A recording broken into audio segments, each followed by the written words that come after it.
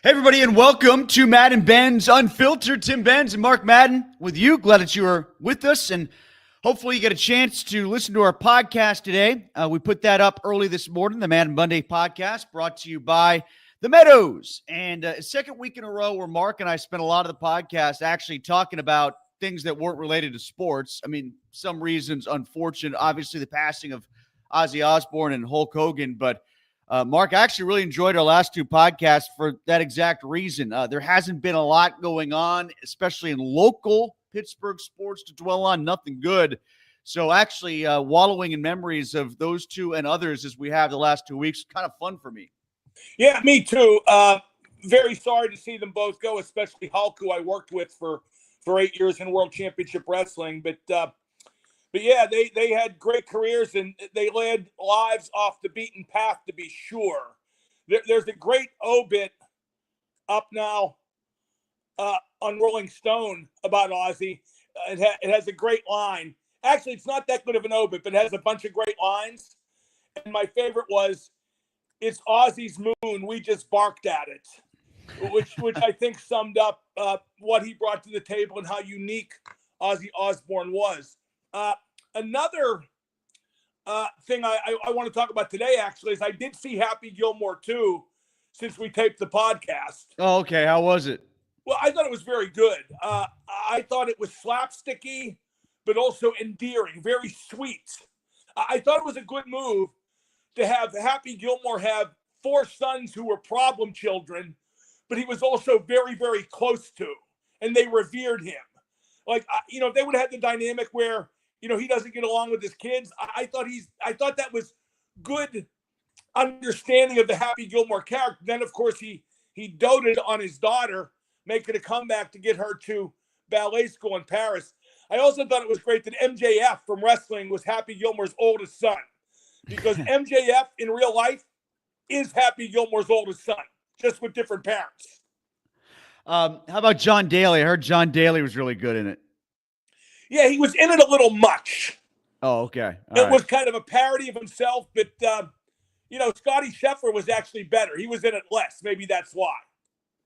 All right, so if you want to talk about any of those topics, and we might circle back to Ozzy and Hulk, if you want to ask questions, Mark, to his point previously, worked with Hulk Hogan, so you can post questions about that. Go ahead. We'll get to all of them before we're done. Maybe not all of them. I shouldn't say that. We'll get to as many as we can, but I just wanted to sort of set the stage that way. And, Mark, there are a couple of other topics that we didn't get into in the podcast that we should hear, one of which I think you commented on it on social media once or twice over the weekend. Kyle Brandt's interviews with Aaron Rodgers and with Mike Tomlin. Most notably, Tomlin asked about his never had a losing season thing, and he kind of dismissed the importance of it, which is what he has to do publicly, I think, when asked about that question. But I don't necessarily believe it. I think it does mean more to him than he let on. Well, first off, Kyle Brandt was wearing a Jerome Bettis jersey to do interviews. What a friggin' mark. Professionalism is totally out the window. It's all about being a fanboy of the people you interview. Kyle Now, Brandt I don't know if should be he's doing that embarrassed. because he's on the NFL Network and he's doing it in every camp, but I did notice it like you did. Yeah, I don't care if he does it every camp. It's unprofessional, and he should be embarrassed. As far as Tomlin saying the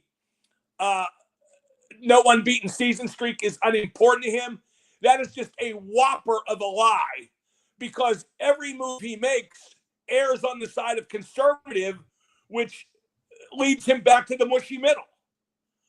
Like this year, you watched him.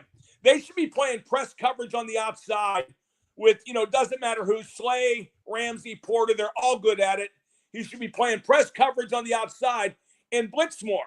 But they won't, because they err on the side of caution all the time. They have the highest paid defense in football going on how many years now, and they still have it play largely unaggressive. So, yeah, that streak is important to him. It's important to the franchise, too. I don't care what's said. I agree with your sentiments about how to handle the defense. And, he's the one that's already sort of stoked those fires, to be honest with you. He's the one that has alluded to what you can do with the cornerback situation, how that can allow you to free up the rush, and especially how it relates to TJ Watt, maybe moving him around to some different places. I know what he says. I just know what's going to happen, too. The TJ Watt moving around thing, that'll be abandoned during the season. He's not going to be comfortable with it. And again, they go back to the norm every chance they get, all the time. That's as long as Tomlin's coached the Steelers. I take that back, Tim. It's since Dick LeBeau left.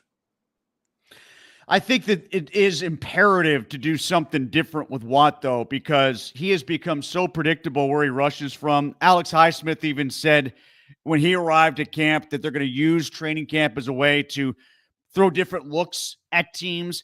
It shouldn't just be either, Mark. Occasionally, Watt goes to the right side and Highsmith goes to the left. I think it's got to go back to what we just talked about. It's kind of having blitzes come from different locations so the offensive line has to worry about other people, thus leaving those guys one-on-one potentially more often. Yeah, no question.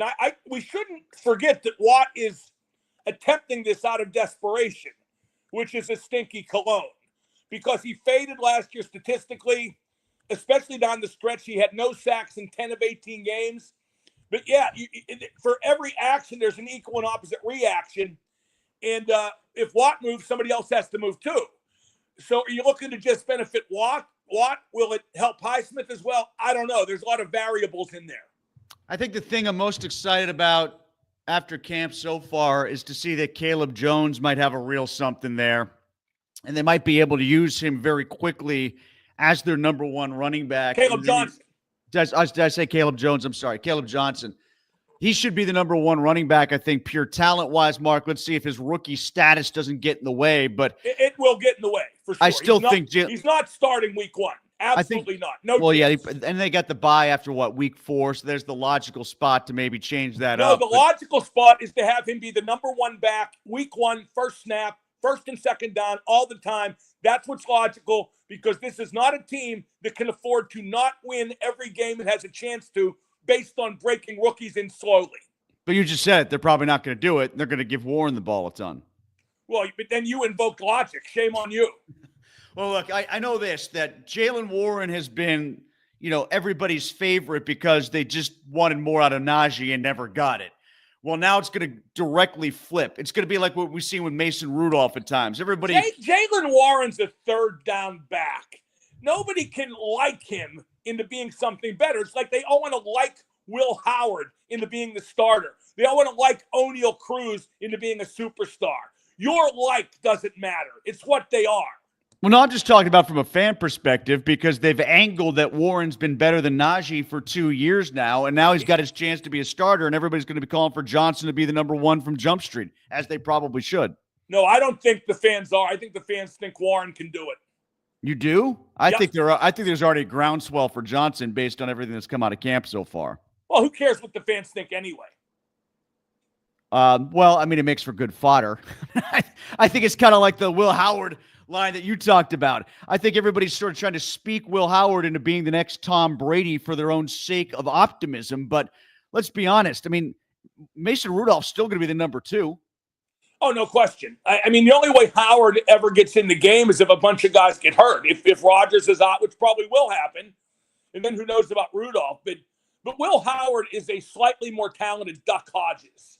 He is Duck part deux with the fans. He's a guy they like just because they like him. They can't give you a tangible reason. I mean, yeah, he won a national championship at Ohio State. Big deal. He got drafted in the 6th round. That Ohio State national championship will be the absolute pinnacle of his football career. But the fans, Tim, the fans are stupid.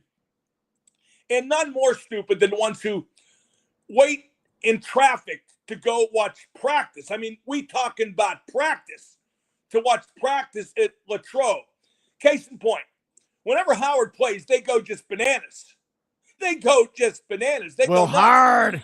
Yeah, and then Rodgers threw a sideline pass to DK, and DK made this great catch, and they went bonkers for that. Problem is, DK was 10 yards out of bounds. I saw a lot of write-ups about how well Rodgers played on day 2 after struggles on day 1 with a couple of precision passes, and he still can do that. He can still throw with different arm angles. The ball comes out of his hand different than it does anybody else, but especially Broderick Jones isn't going to produce as the left tackle, as I'm a little worried about right now. Got a soft tissue injury right off the bat. who says that Aaron Rodgers stays upright all that long? We might see both Rudolph and Howard based on injuries at quarterback if this offensive line doesn't grow up. And by the way, Zach Frazier should probably stop snapping ground balls sometime too. I think Rodgers, well, we badly overrate Zach Frazier because he's a big white meathead from Hickville. He's the kind of guy that they like. We overestimate centers in the first place. But yeah, I mean, Broderick Jones should have been left at left tackle the moment he got here. That's where he should have been put. And the hell with Dan Moore, who's gone now anyway. They impeded Jones's progress, but then again, maybe he's just not that good, and they shouldn't have traded up to draft him, or maybe not even draft him at all in the first place. But the thing with Rodgers staying upright, I bet he gets hurt no matter what. I mean, he's just going to get hurt because he's old. He's going to drop back, something going to pop like it did in New York with the Achilles, and that's going to be that. Did you notice Minka Fitzpatrick changed agents and got $16 million up front this weekend for the Dolphins? Do you think he was griping about his contract, and is that part of the motivating reason for the trade that took place? It wouldn't surprise me. I think they just got tired of Minka. I think he was a very constant yet quiet at doing it griper. But and that's what sucks about sports, Tim. T.J. Watt got $41 million just because his ego demanded he be the highest paid, even though he's fading. Minka Fitzpatrick has had 2 invisible seasons and he got a raise. That's what's wrong with sports. People say football is the ultimate meritocracy. I think Bill Parcells said that in his Hall of Fame induction speech. Not where I'm sitting.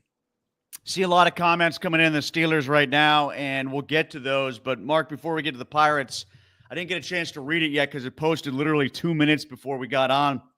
You put a column up about why the Penguins should trade Rust and Raquel. You want to get into some of what you wrote there? Oh, is that up already? Yeah, I can't believe they're still both on the roster. And if they're both on the roster when the season starts, Kyle Dubas just doesn't get it, although I think he does get it, and I think one or both will be gone. I know people say you might be able to get more for them at the deadline. The object isn't to get a lot for either. The object is to get them off the team so the team finishes as low as possible by way of getting a higher pick in the draft. Get those balls in the lottery. Maybe get McKenna if you get really lucky, which would be hilarious. There would be about 5 or 6 NHL cities that would spontaneously combust if the Penguins won the McKenna lottery. So, no, you got to get rid of those guys. And Sid might be upset if you don't got no one to play with, which is why they might keep one of them, but that shouldn't matter. Yeah, the Penn State hockey team might be the most interesting team in Pennsylvania this year. They are, I think, plus 400 to win the whole thing right now. It's not just McKenna. They got that Blue Jackets first-round draft choice, Jackson Smith. They've also got 2 guys coming in from transfers, one of whom's the coach's kid. The Penguins kid. Need to steer Harrison Brunick there. The righty defenseman, 19 years old. He ain't going to make the team this year. They don't want him on a bad team, and they already have all these bummy right-handed defensemen, unless they get rid of Carlson. But they don't want Brunick to be bottom pair behind Letang and Dumba. So I think Brunick has outgrown Junior A. I think he should be steered to major college.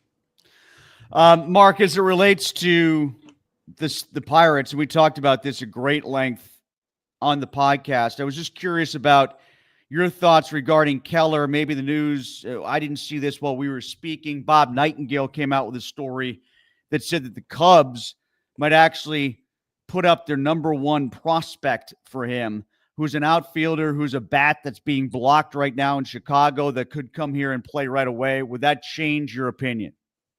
Yay, prospects. Get prospects. Kick that can down the road. I don't know. Could he come here and play right away and play well? He could play right. He could play right away. He could definitely play right away. So if he played in the majors, let's say next year, is he like a 25 home run guy? He's hitting 20 right now in AAA. So we don't know. No, he's a prospect. We don't know. And that's the problem with making trades at the deadline. You are going to trade with teams who have a desire to contend, and they're in the standings thereof. And therefore, they aren't going to trade, major league guys off their roster. What the Pirates should do is keep Keller and then sign somebody who can hit 25 home runs in the offseason. But that would require spending more money. And we shouldn't forget the primary motivation to trading Keller would be to get that contract off the books as the bigger money starts to kick in the last 3 years. Hey, real quick before we continue on this, somebody said Brunick can't go to the NCAA because he signed his entry-level contract. Oh, if that's true, okay. I don't Yeah, know. that might come into play. Yeah, I think that might be the rule actually. So, But Pierre McGuire thought he couldn't. If Pierre McGuire's wrong, boy, what kind of world are we living in? He knows everything. I'm serious. it is confusing what with the new rules and everything. So I'm not sure where those rules affect this one way Yeah, or if he the other. signed his entry-level contract, that makes sense. Anyway, so back to the Pirates. The other guy to come up is Bednar. And the team that I keep seeing Bednar linked to is Detroit because Detroit, they need bullpen help, and everybody else who's a top line closer that might be on the market, appears to be on teams But that are why in the would you division. trade Bednar? What's that? Why would they trade Bednar? He has another year of control. Yeah, but I mean, he's going to be up for arbitration. He's already making $5 million, and they think they can get prospects for him. That's why. Yeah, prospects. Keep building for a future that never comes. What's the timetable? Because Skeens is only going to be here one more year. So what's the timetable? Well, it would be ironic if they traded Bednar and Keller to get prospects, and they used their prospects to get bats, which people keep suggesting that they're going to do. See, I always get frustrated. Like, I hate myself right now because here we are doing what I hate. We're parsing the minutia of what they can do to build a winner, and they have no intent of building a winner. None whatsoever. It's not on their docket. They just want to, make as much money as possible, chop payroll, give the illusion of building to the future, but the future never gets here because it's expensive to build a future, and they have no intent of doing it. Analyzing them building is like drilling down on the mechanics of taking a dump. At the end of the day, you're still taking a dump, and that's what they're doing. They're dumping all over the city. All right, let's get to some comments here, Mark, because there's lots to get to. One other thing, too, I want to comment on, Tim, if I could. Yeah. O'Neal Cruz made that mad dash from first to home, scoring on a single, right? Because he took off on the pitch. Right. And people are going nuts about that. See? He's a superstar. No, what O'Neal Cruz is an occasional highlight. He's an occasional highlight buried in a mound of underachieving given his talent level. And baseball, more than any other sport, Tim, is a cumulative game. It's not a highlights game. The highlights get on SportsCenter, but consistency is what adds up. And until Cruz learns to do that, he's not worth the money he's going to get in arbitration or he's going to demand long term. He flashed, but he always flashes. That's what his game is. Yesterday was a perfect example of that. I mean, I don't know how you watch Sunday's game and not walk away thinking, well, this is what it looks like when Paul Skeens gets some run support and when O'Neal Cruz plays well, but how often do those things ever coalesce at the same time? That's why it stood out finally in a 6-0 win over Arizona. Yeah, I mean, it's another example of the citizens want to like him into being a star. They want to like Will Howard into being a starter. They just want to like. That's the younger generation, Tim. And I'm trying to think of the David Lee Roth line from isn't it crazy how the younger generation swing? I don't know. But they just decide something or somebody, a team or an individual, is good, whether they are or not, and then we're supposed to buy into it. Well, maybe the more apropos line for the Pirates is an Ozzy Osbourne line, and it's the road to nowhere. Ain't it crazy how the younger generation swings? It's more than just a new sensation. Here's what Eric says. Watching some of the videos from training camp, am I the only one who finds it incredibly disturbing and extremely pathetic that grown men are clamoring for autographs for players? I understand kids, but why are adults doing that? The one that always stands out to me was Kenny Pickett. I mean, the way people fanboyed over Kenny Pickett wearing either Pitt jerseys or Steelers jerseys, regardless of age, was overwhelming for a guy who's now on his third team, and it could be a fourth team before training camp is over. Tim, I don't understand adults getting autographs. I have an extensive collection of autographs. I got none of them after I was 16. I have the entire NHL from the 70s. I'm not kidding. The entire NHL on index cards, sticks, photos, you name it. I got it, still do. But adults getting autographs, unless they sell them, that's a different kind of creepy. But that I almost kind of get. The best adult autograph story I have is, remember Sam Nover? Yeah. From 10-11. Great guy. Just great guy and terrific to me. And I love Sam, but Sam knew no shame, okay? And the Penguins, like every team, had a no media getting autographs policy. But every Christmas, Stan would show up in the locker room with a bunch of sticks and get like Mario and Yags to sign them so you could give them out as gifts, right? And Harry Sanders would be raging at him. The PR guy, Sam, no one is, oh, don't worry, Harry, just a few more. And even now, people like media people, like not independent media, like Penguins related media, like broadcasters, etc. Yeah. And employees line up at Sid's locker to get stuff autographed to get signed for Christmas gifts. And people think Sid doesn't mind doing them. He does mind. He just doesn't. Yeah, well, it matters who it's for more oftentimes than not. Like I never grew up in an era where that would have been accepted. Like it's the biggest frowned upon thing you could ever do. But yeah, but it was okay because Nover did it. Because Nover was so cool. Hey, and here's something else too, Tim. Harry Sanders had no reason to talk because he was a master at forging Mario's signature. Here's another one I'll give you. There's a whole bunch of stuff out there autographed by Mario that Harry Sanders signed from that era. Speaking of former Channel 11 sports media stars, did you see the story that we ran about Fedco's kid? Yeah, he's real good at something, right? He's leading the AA league that he's in homers. I think he plays for Wichita in the Minnesota Twins organization. He's got 20 homers and like an OPS of in the high eights. He's playing well in AA baseball. I think Kyle. Now whose system is he in? Minnesota's. I hope he makes it, man. I'm a Fedco fan. A lot of people thought he was way cornball, and he was way cornball. But high school sports, how serious you supposed to be? He fit the description. My favorite thing, Mark, when I interned back there in the 90s was when they would do the full 5 to 6:30 newscast. The first sports hit didn't come on until about like 5:45 or 5:50 or something like that. And Fedco would be in the back and sort of barely got there like 4:45 or something. And he always had this, the suspenders and the long sleeve shirt. And he would run out on set right in time for his hit at 5:30 to tease the sports that was coming up. But the look, what they were trying to present was, oh, John's working hard in the back, man.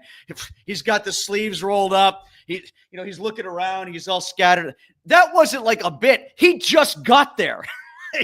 He just showed up, and they were trying to make it look like he'd been slaving away since noon, getting ready for the 5:30 sports hit, which I thought he was brilliant. I thought he was brilliant. And like one thing about John ball, it was pulled up. It was the show.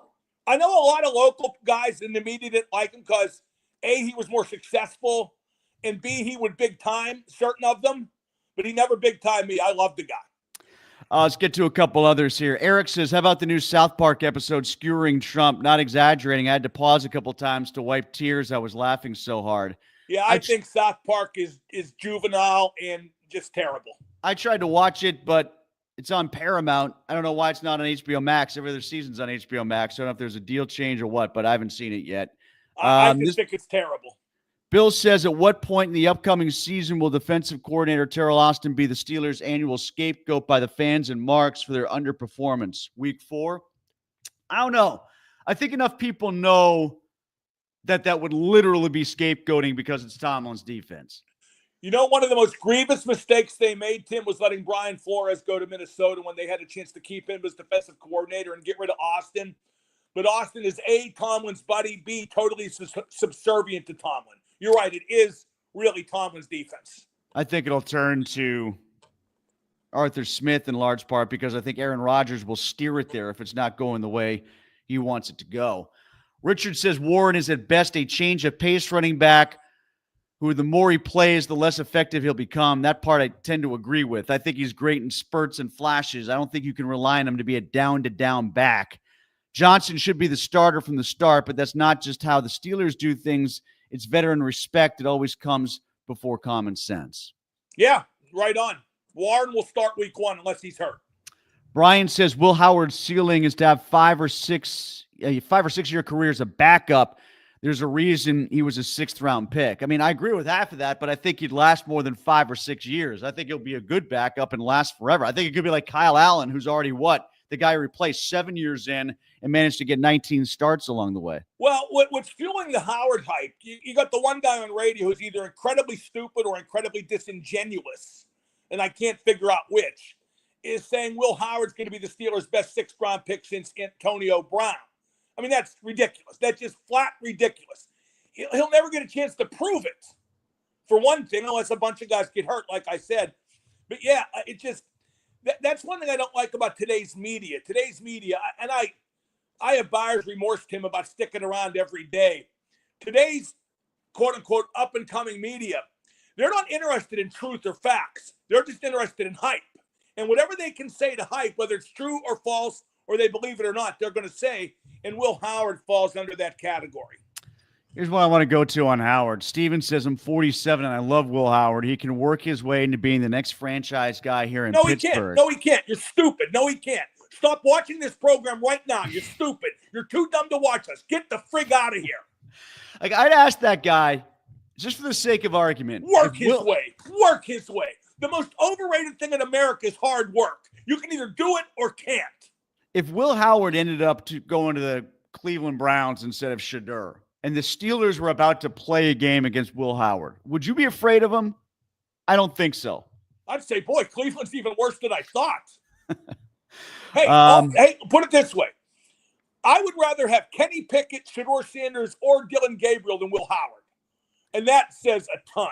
Steven says, why are you so pessimistic about the Steelers? I get they need a number 2 wide receiver, and we've got a 41-year-old QB. That said, this team is capable of competing with any team in the league, especially on defense. Yeah, I don't think it is. They'll be elite on defense, all right, just like they always have been, despite paying all that money. They're not, but I'm going to say that anyway because I can hype up BS too.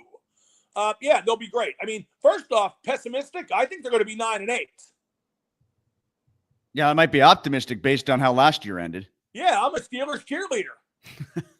I think I wrote already 9-8. That's another thing about our business, Tim. We're expected to cheer. I think this team can be They're not going to win a playoff game 9 straight years. I remember back in March, right before the season began, I said the Pirates' win total would be, what did I say, 69 or 70? And I was told I was a hater, and people's, why can't you be more optimistic?